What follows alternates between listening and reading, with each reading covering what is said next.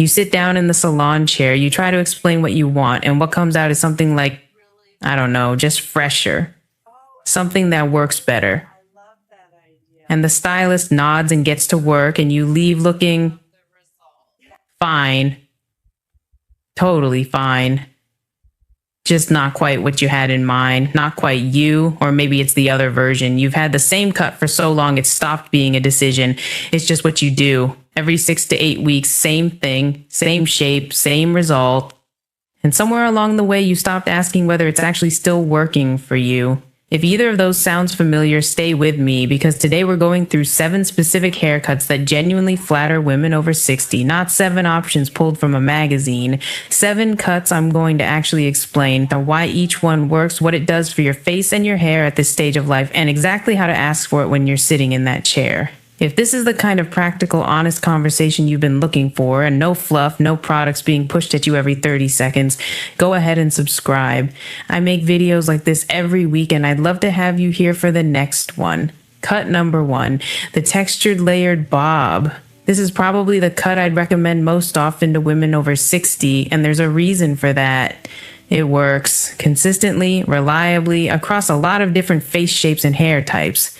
Let me explain why. A textured layered bob sits somewhere between the chin and the collarbone. It's not blunt. There are layers through it that create movement rather than letting the hair sit flat. And that length, that specific range between chin and collarbone, is doing more work than most people realize. Here's what I mean. A bob that ends right at the jawline, got exactly at its widest point, can accidentally add width there. It draws the eye to that part of the face and frames it in a way that, depending on your face shape, can work against you. But a bob that ends just below the chin or rests gently at the collarbone, that creates a different effect entirely. It shows a little more of the neck. It draws the eye downward in a graceful, elongating way. The overall silhouette feels lighter. And then there are the layers. For fine hair, which, as we just talked about, is most women's reality at this stage, and internal layers are genuinely transformative. A blunt bob on fine hair can look lovely if the hair is naturally thick and dense, but for most women over 60, that weight just isn't there anymore, and a blunt cut will lie flat and look thin. Internal layers create the illusion of volume. They give the hair somewhere to move, and movement is what reads as youthful. Not any particular length, not any specific style, just hair that has life in it, that shifts when you move, that catches the light. For women with silver or gray tones, this cut is particularly beautiful. The layers create different planes within the hair, and light plays across each one a little differently. That's what gives intentional gray hair its luminous dimensional quality, that sense that the color is alive rather than flat. The right cut amplifies that. A heavy static cut mutes it. When you go to your stylist, here's how to ask for it. Say you want a graduated layered bob with the length ending below the chin or at the collarbone. Ask for soft internal layers on not razor cut, not heavily graduated, just enough movement to create volume without sacrificing too much density. And mention a slight forward graduation at the front, meaning the front pieces are just a touch longer than the back. That detail, as small as it sounds, frames the cheekbones and softens the face in a way that's really lovely. For styling at home, a round brush blow dry will give you the volume and shape. If you want something softer, a wide barrel iron creates relaxed, easy waves that don't look like you tried too hard.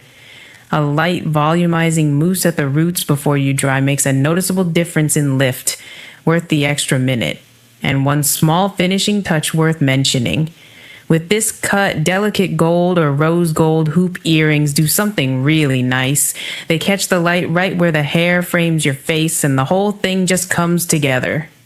Now, quick question before we move on.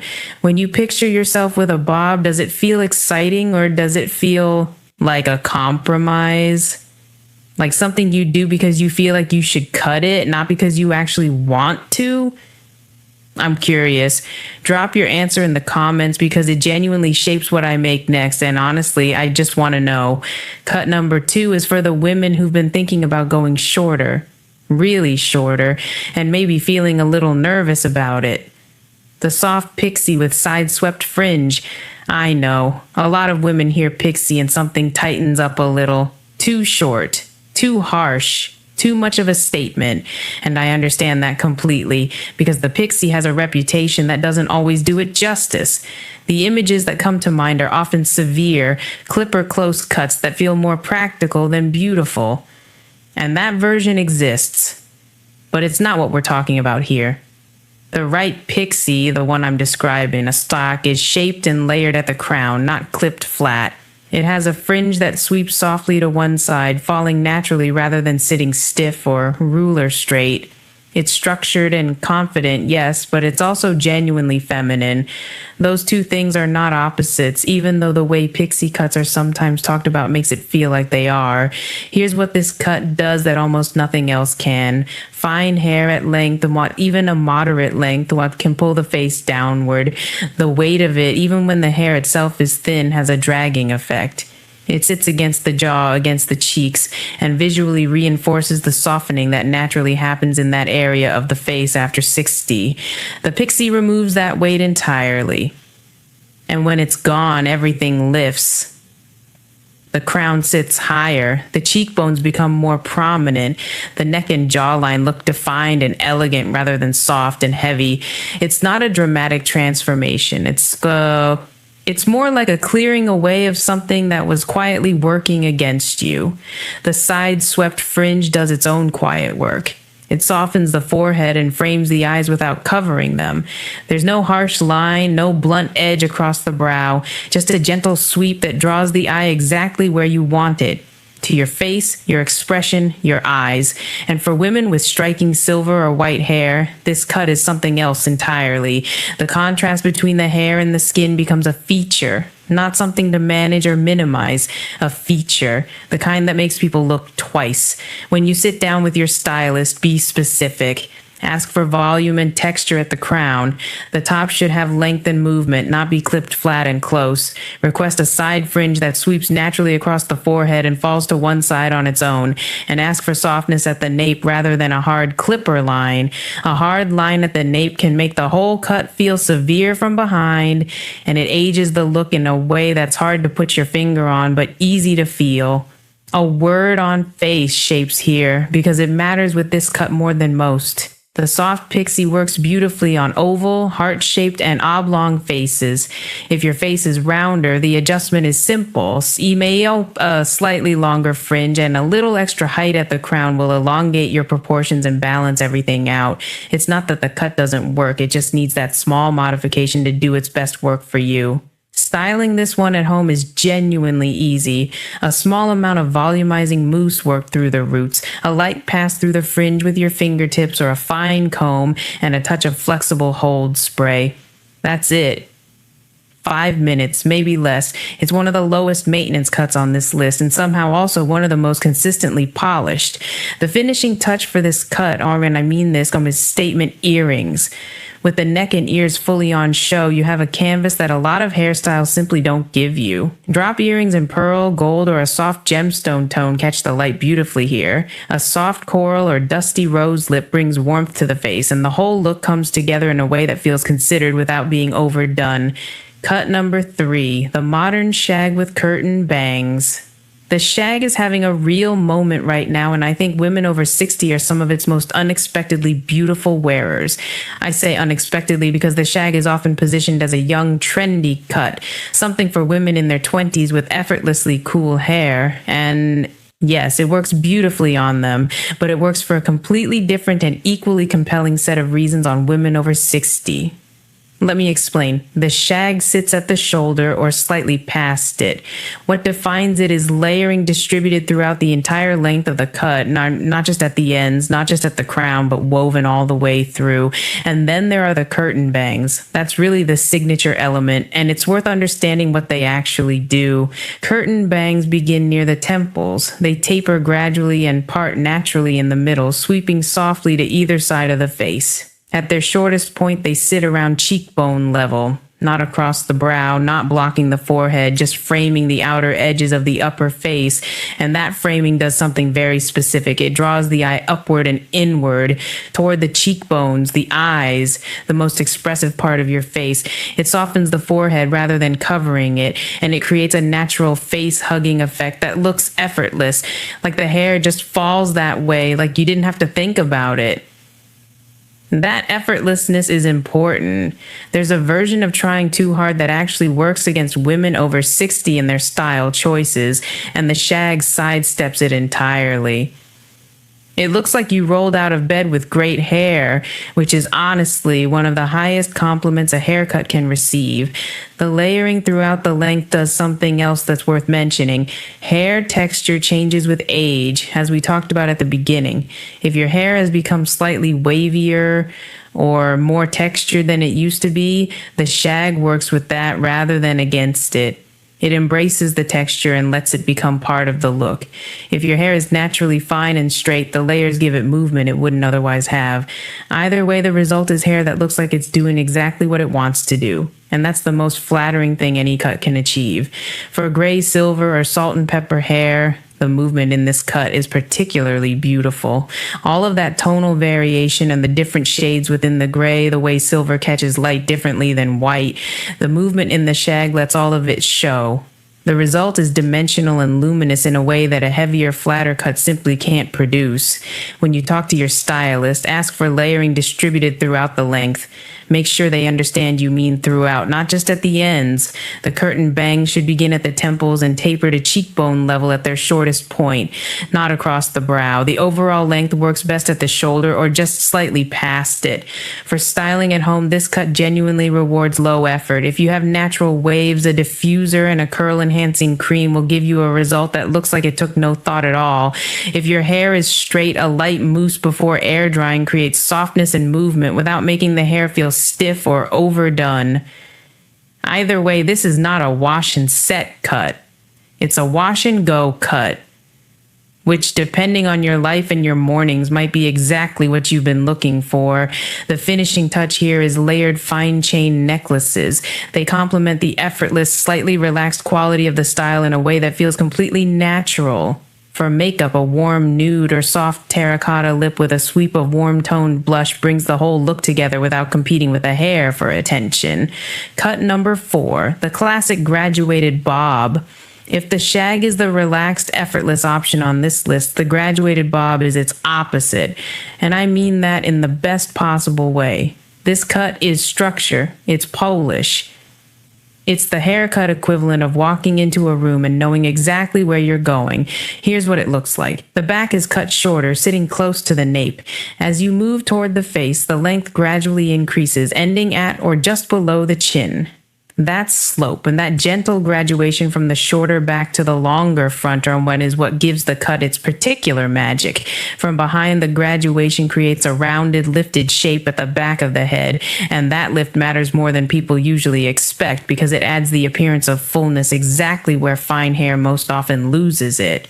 The back of the head is where thinning tends to show first, and the graduation creates volume there almost architecturally, building shape where the hair itself may not have the density to do it on its own. From the front, the longer pieces frame the face and draw the eye toward the cheekbones and jaw. The neck looks elongated. The overall silhouette is clean and refined. And the whole effect is, there's really only one word for it, intentional. This cut looks like a decision was made. A confident one. It's particularly flattering for square and round face shapes. The graduation at the nape adds vertical height, and the longer front pieces create the illusion of length, balancing the face in a way that softer, more uniform cuts sometimes don't. It's also one of the most versatile cuts on this list. Wear it sleek and smooth for something polished. Add a soft wave with a medium barrel iron for something warmer and more relaxed. The same cut reads completely differently depending on how you style it, which means it works for a casual Tuesday morning and a dinner out without you having to do much differently between the two. When you ask your stylist for this, use the words classic inverted bob with a clean graduation at the nape. Ask that the back sits no shorter than the occipital bone. That's the small ridge at the back of the skull. Any shorter than that, and the cut can start to feel harsh and a little severe, which is not what we're going for. The front should reach the chin or just below. If you have natural volume in your hair, ask for a soft internal layer through the sides to prevent them from feeling too heavy. For finishing at home, a lightweight smoothing serum is worth having if you don't already use one, particularly important for gray and white hair, which can frizz slightly in humidity without the right product. Just a small amount through the ends after drying makes the whole cut look more refined. The finishing touch for this one is pearl earrings. I know that might sound predictable, but there's a reason pearls and this cut belong together. The refinement of the style and the quiet elegance of a pearl, they just work. A rich plum or warm burgundy lip takes the whole look somewhere genuinely memorable. Cut number 5, long layers with face framing pieces. I want to say something before I describe this cut, and I want to say it clearly because it genuinely needs to be said. There is no age at which you have to cut your hair short. None. That idea, that long hair stops being an option after a certain age, that it somehow becomes inappropriate or unflattering or too much, has no real basis in styling knowledge. It's a rule that was invented somewhere and repeated enough times that it started to feel true, and it has taken something genuinely beautiful away from a lot of women who simply wanted to keep what they loved. Long hair absolutely works after 60. The key is not the length, it's the shape. Long hair that has just grown without any structural layering tends to become heavy over time. That weight pulls the hair flat against the face. It drags the jawline and the cheeks downward, and that's what creates the impression that long hair is aging. Not the length itself, but what unstructured length does to the face. The length gets blamed for a problem the lack of shape is actually causing. But long hair with face framing layers that begin at the cheekbone level, and that's a completely different thing. Those layers create upward movement exactly where it matters most. They bring light and attention to the eyes and cheekbones. They allow the hair to sit with the face rather than pulling against it.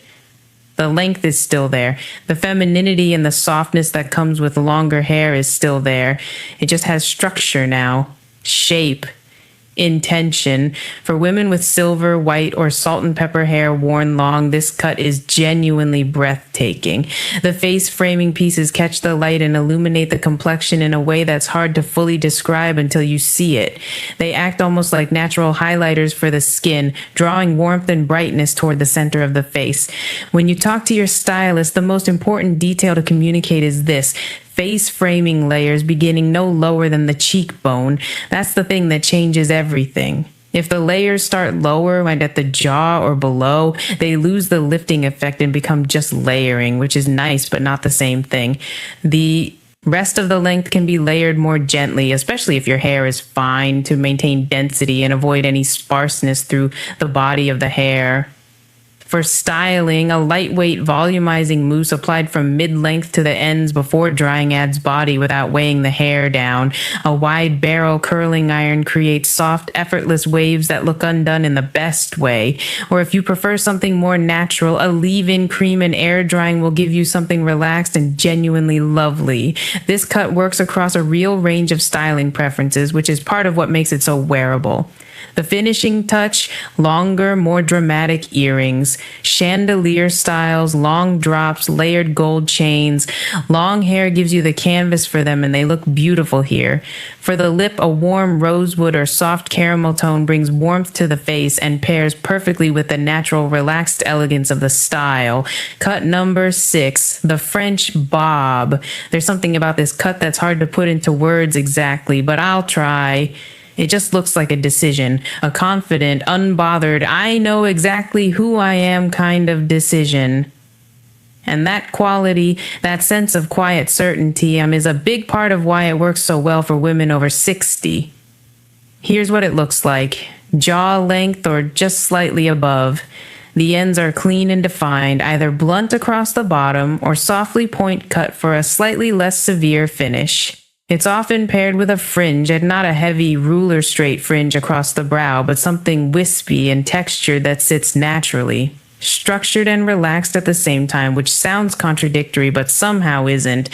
What this cut does for the face is specific and worth understanding. The shorter length, ending at or just above the jaw, reveals the neck in a way that reads as chic rather than exposed. There's a real difference between a cut that's short because it gave up and a cut that's short because it meant to be, and the French bob is very much the latter. The neck becomes part of the look. The jawline is on show, and rather than that feeling vulnerable, it feels polished, refined. When it's paired with a soft, wispy fringe, something interesting happens with the face. The fringe draws the eye inward and upward, toward the center of the face, toward the eyes, the nose, the lips. The most expressive features, the parts of the face that communicate who you actually are. And that's a genuinely flattering redirect, especially as the face changes with age and the outer edges, the jawline, the temples, soften a little. There's also a practical element worth mentioning. The blunt or near blunt weight line at the bottom of a French bob adds the appearance of thickness to fine hair. That clean edge creates a visual density that a heavily layered or feathered cut can't replicate. For women whose hair has lost density over the years, that illusion of thickness is genuinely useful. And this cut photographs beautifully. That might sound like a small thing, but it isn't. Not really. A cut that looks consistently good in photos means a cut that has clean definition and structure, and that translates into a cut that looks put together in everyday life, not just on special occasions. When you talk to your stylist, ask for a jaw-length bob with a clean weight line at the bottom. If you want a fringe, and I'd encourage you to at least consider it, ask for something wispy and textured rather than blunt across the brow. Blunt fringes can be beautiful, but they require more maintenance and can feel heavy if your hair is fine.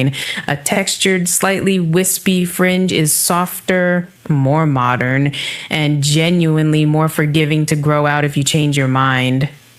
Ask for the ends to be point cut rather than blunt cut if you want a finish that's a little less precise and a little more relaxed. Styling this one is straightforward. A light smoothing balm through the ends gives a clean, polished finish. If you want something slightly softer and less structured, a small amount of texture cream worked through with your fingers gives the cut a more relaxed, lived-in quality without losing its shape. Both work. It just depends on the morning and the occasion. The finishing touch for this cut is a strong lip. And I mean it. This cut was made for a bold lip color. The structure of the French bob can hold it. A deep rose, a warm red, a soft berry.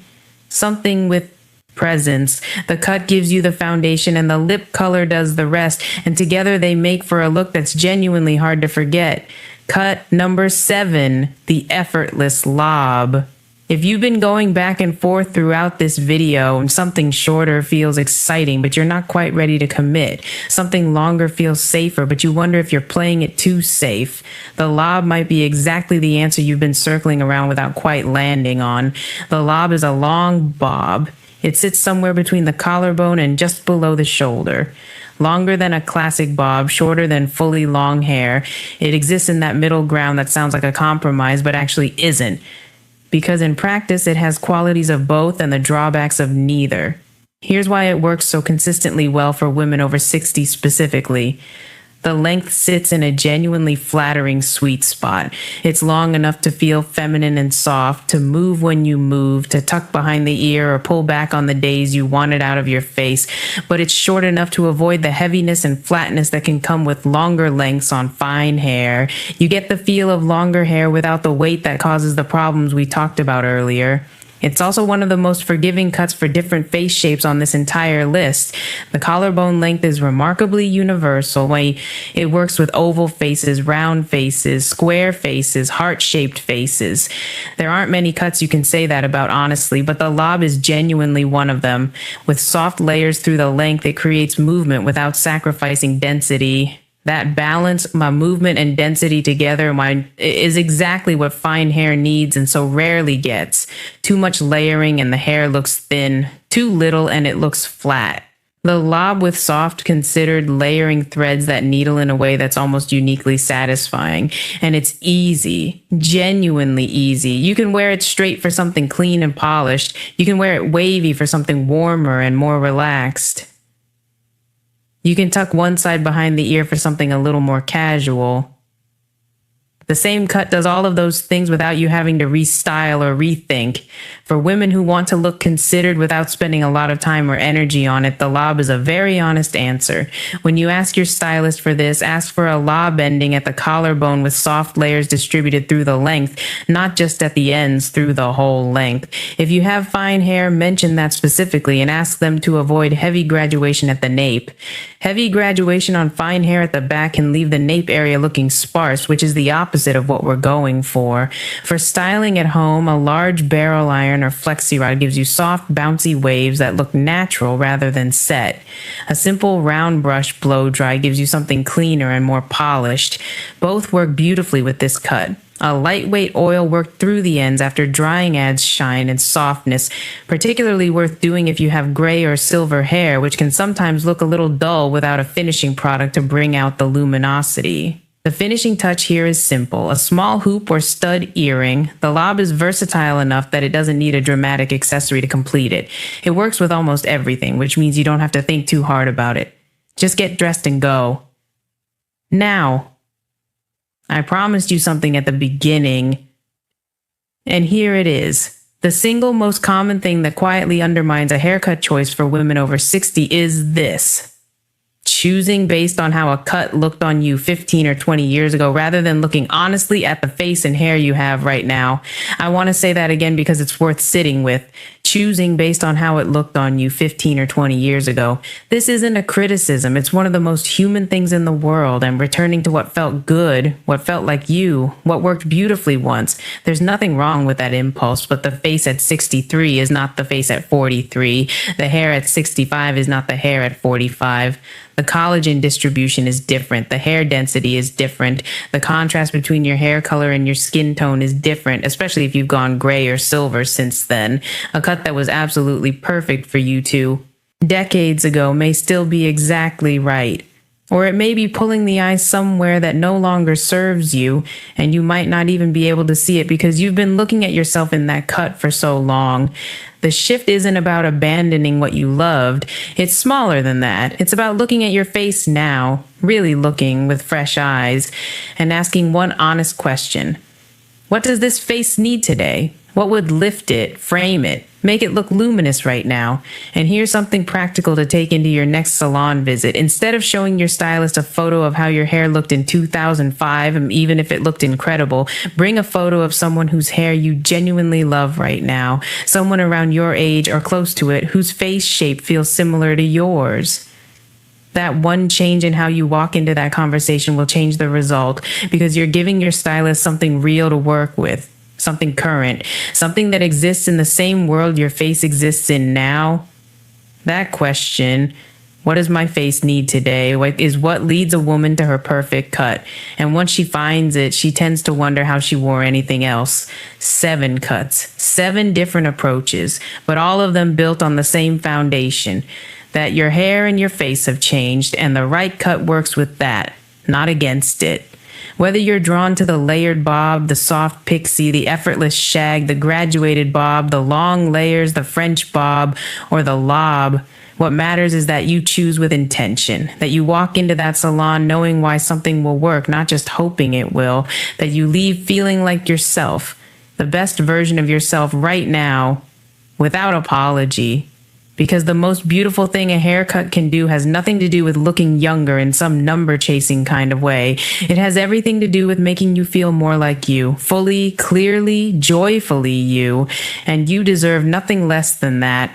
Before you go, tell me in the comments which of these 7 felt most like you, or if you've already tried one of them, I genuinely want to hear how it went. I read every comment on this channel, and your answers shape what comes next.